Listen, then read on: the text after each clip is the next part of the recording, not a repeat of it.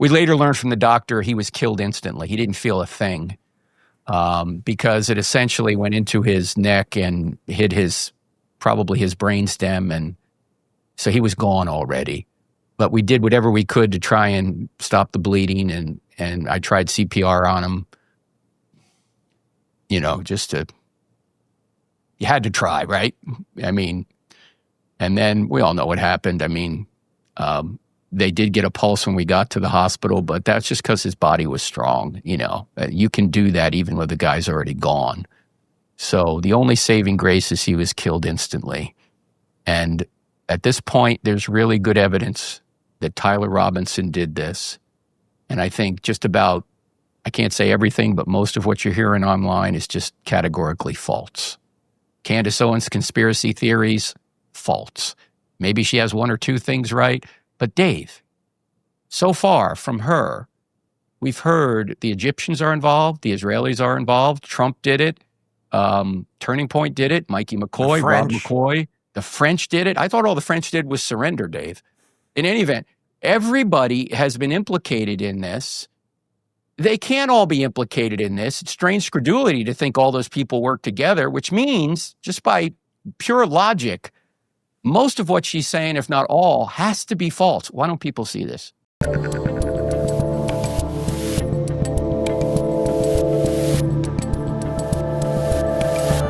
All right, I'm Dave Rubin, and joining me is a prominent Christian apologist, author, and president of crossexamine.org, my friend Frank Turek. Welcome back to the Rubin Report. Dave, always great being with you, and it was especially good seeing you at Charlie's Memorial. You came all the way from Miami to Phoenix. I know everybody appreciates that. Thank you for being there. Well, it was thank you for speaking that day, and it was an incredibly moving day. And actually, why don't I give the audience a little insider info at the moment, which is that we are taping this right now on December 10th, 2025. And it didn't hit me until this morning when I was doing my live show that it's 3 months to the day since Charlie was assassinated. Now, I want to spend most of our time together today talking about Christmas and talking about Jesus and the reason for the season. However, I think we should probably get into a little bit about what happened that day and some of the subsequent events, because you were not only with Charlie that day, you were quite literally with him in his last moments in the car. So I know you've talked a whole bunch about this, but maybe you could just kind of recap a slightly shorter version of that, and then we can talk a little bit about some of what's transpired over the 3 months, and then I really do want to focus on Christmas and love and decency and all of those things. Yeah, thank you, Dave.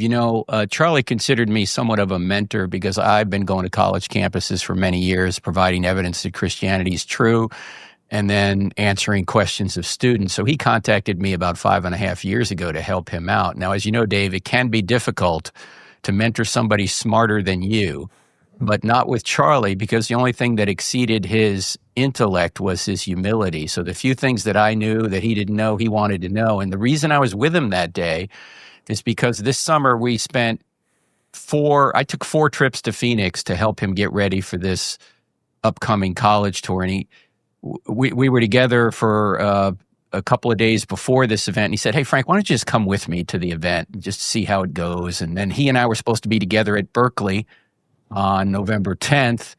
And of course, he remains with Jesus, and it was Rob Schneider and I that went to Berkeley. I think you probably saw some of the craziness that went on there. Yep. In any event, I'm standing 25 feet from him when the shot rang out. And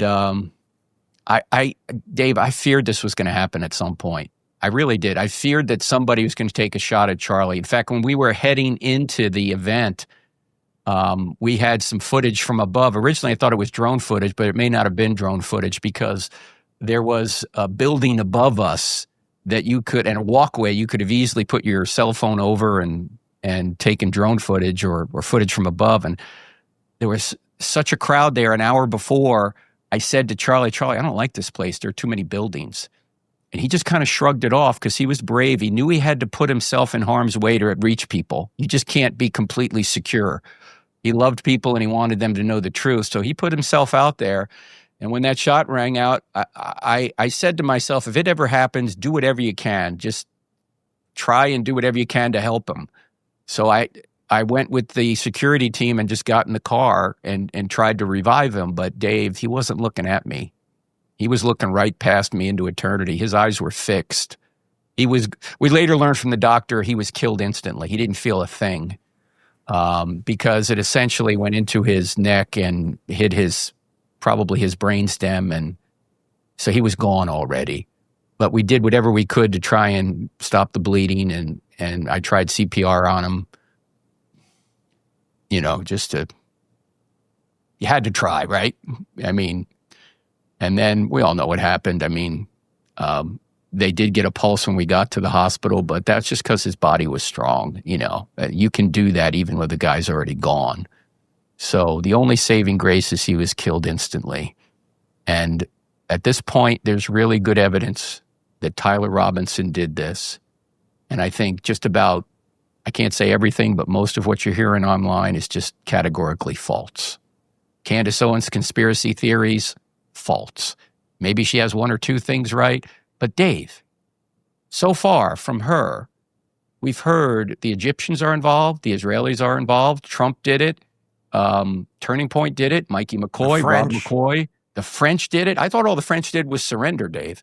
In any event, everybody has been implicated in this. They can't all be implicated in this. It's strange credulity to think all those people work together, which means, just by pure logic, most of what she's saying, if not all, has to be false. Why don't people see this? Frank, what do you think Charlie would think about the fallout 3 months later? The fact that the right has become so frayed, the fact that somebody like Tucker Carlson, who I think he considered a friend, ushered in Nick Fuentes, who was the only person that Charlie did not want to be part of this movement, who was actively trying to destroy everything that Charlie created. I mean, those are basically his words. I don't even want to repeat his words when he said that because it was so vile how he talked about, impregnating Charlie's baby, Turning Point, et cetera, et cetera. What do you think he would think about all this? I've desperately tried to honor his legacy, and I don't know if it's working. I know what he would think because in the day before he was murdered, I was in a meeting with him. And Josh Hammer can verify this. He was part of it via Zoom, and a couple of folks in Israel were on the call as well. And the whole premise of the call, Dave, was how can I answer questions better on campus when people bring up the Israeli-Hamas conflict? He just wanted to know their insights because Charlie was a sponge. You know this, Dave. I mean, he had humility, and he knew that people knew things he didn't know, and he wanted to know what those things were. That's why I wasn't his only mentor. He had mentors all over the place. So, I mean, you were a friend of his. I'm sure he learned so much from you, too. I learned more from him. Yeah, so me too. That's, But the point here is that what's going on now, trying to slander people, trying to say that Charlie was on their side or this side or that side, when they didn't have access to Charlie, is false. And it's very, very disuniting. The proverb says one thing the Lord hates is when you stir up dissension among the brothers, especially when you don't have evidence. And that's what's going on, Dave.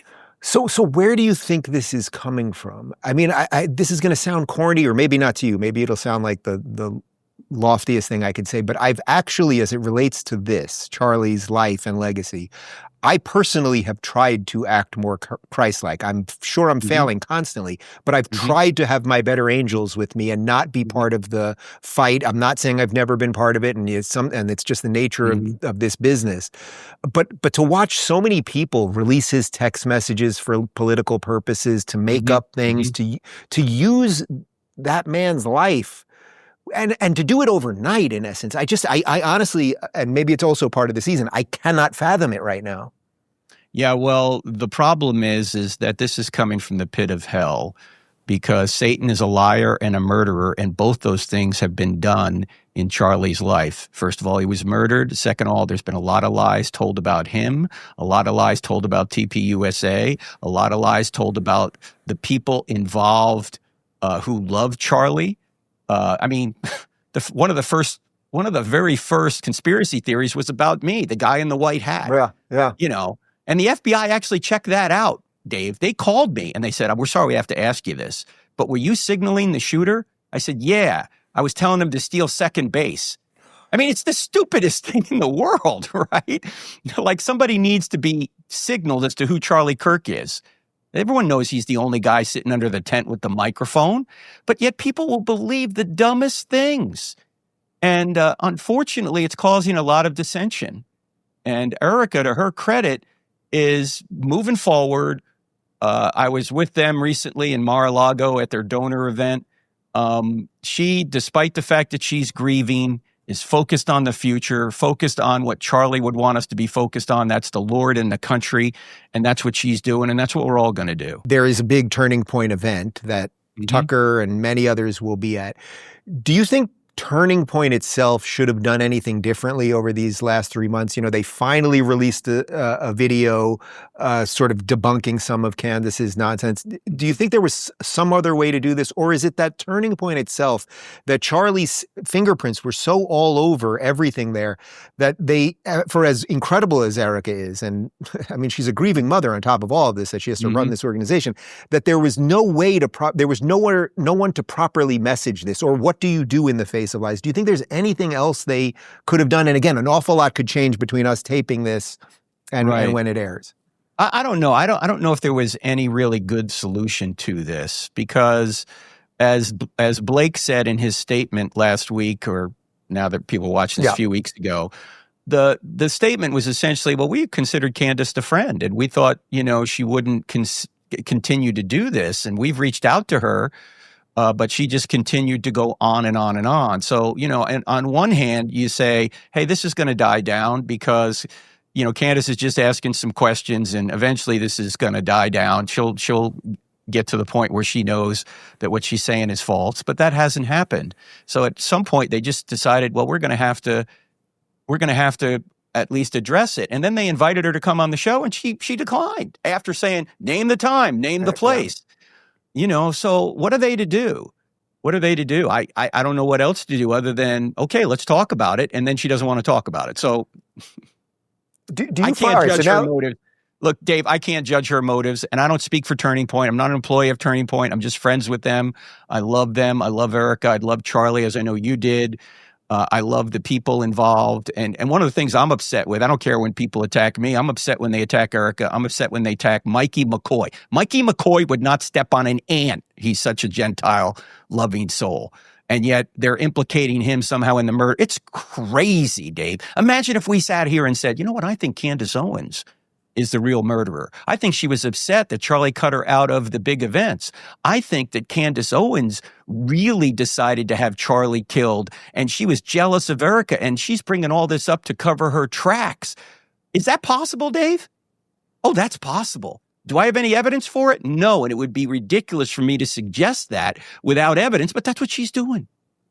You know, it's funny, Frank, I don't know if you know a bit of my history with Candace, but, you know, I was basically the first one to put her on a real primetime show, and when she was kind of nobody, had a little channel. And I joke with people now because everyone always asks me about this, and it's like, and it's a kind of a joke, but it's kind of not. I really think when I meet my maker one day, I'm going to have to answer for that. Like, I didn't see something that maybe I should have saw. I don't know what to do with that. Well, hey, Charlie, the first person I asked Charlie about when he called me, when he reached out to me first 5.5 years ago, I said, tell me about your organization. Tell me what you do. Who do you produce? First person he said was Candace Owens. Because do you look, know that she's a talent. Do you know that I introduced them? I did not know that, no. I introduced them at a David Horowitz, another person she's turned on. He's no longer with us, unfortunately. One of his Freedom Center events at the Breakers in West Palm. I was with Candace. We saw Charlie down the hall. She said, I'd love to meet him. I introduced them. They stood about 20 feet away from me for about 10 minutes. She walks back up to me and says, I just got a job with Turning Point. I swear. Well, I'll tell you, I pray for Candace because I think she's an enormous talent directed properly. But she's gone off the deep end. I mean, not all these people can be involved in this, Dave, and yet she keeps going on and on about all these different conspiracy theories, and yet people are getting death threats over it. Mikey McCoy, even I get emails. You never know what can happen to you. You ought to repent. I'm going, dude, I was there trying to save him. He's my friend. You know, it's crazy.